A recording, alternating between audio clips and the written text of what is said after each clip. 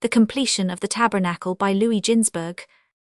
On the 11th day of Tishri, Moses assembled the people, and informed them that it was God's wish to have a sanctuary among them, and each man was bidden to bring to the sanctuary any offering he pleased. At the same time he impressed upon them that, however pious a deed participation in the construction of the tabernacle might be, still they might under no circumstances break the Sabbath to hasten to building of the sanctuary.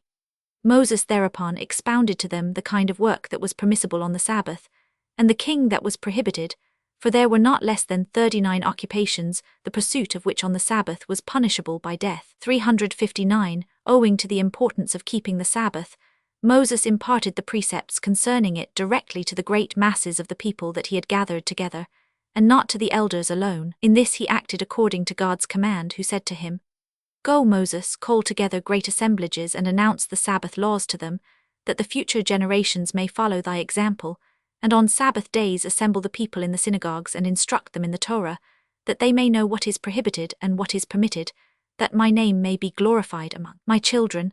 In the spirit of this command did Moses institute that on every holy day there might be preaching in the synagogues, and instruction concerning the significance of the special holy day. He summoned the people to these teachings with the words, "If you will follow my example, God will count it for you as if you had acknowledged God as your king throughout the world." 360.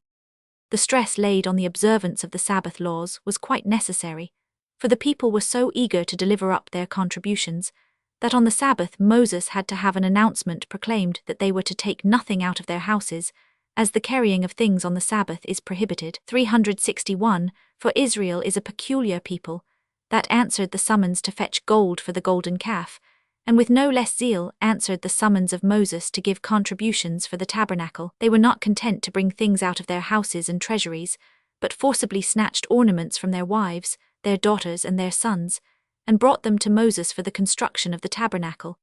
In this way they thought they could cancel their sin in having fashioned the golden calf. Then had they used their ornaments in the construction of the idol, and now they employed them for the sanctuary of God. The women, however, were no less eager to contribute their mite, and were especially active in producing the woolen hangings.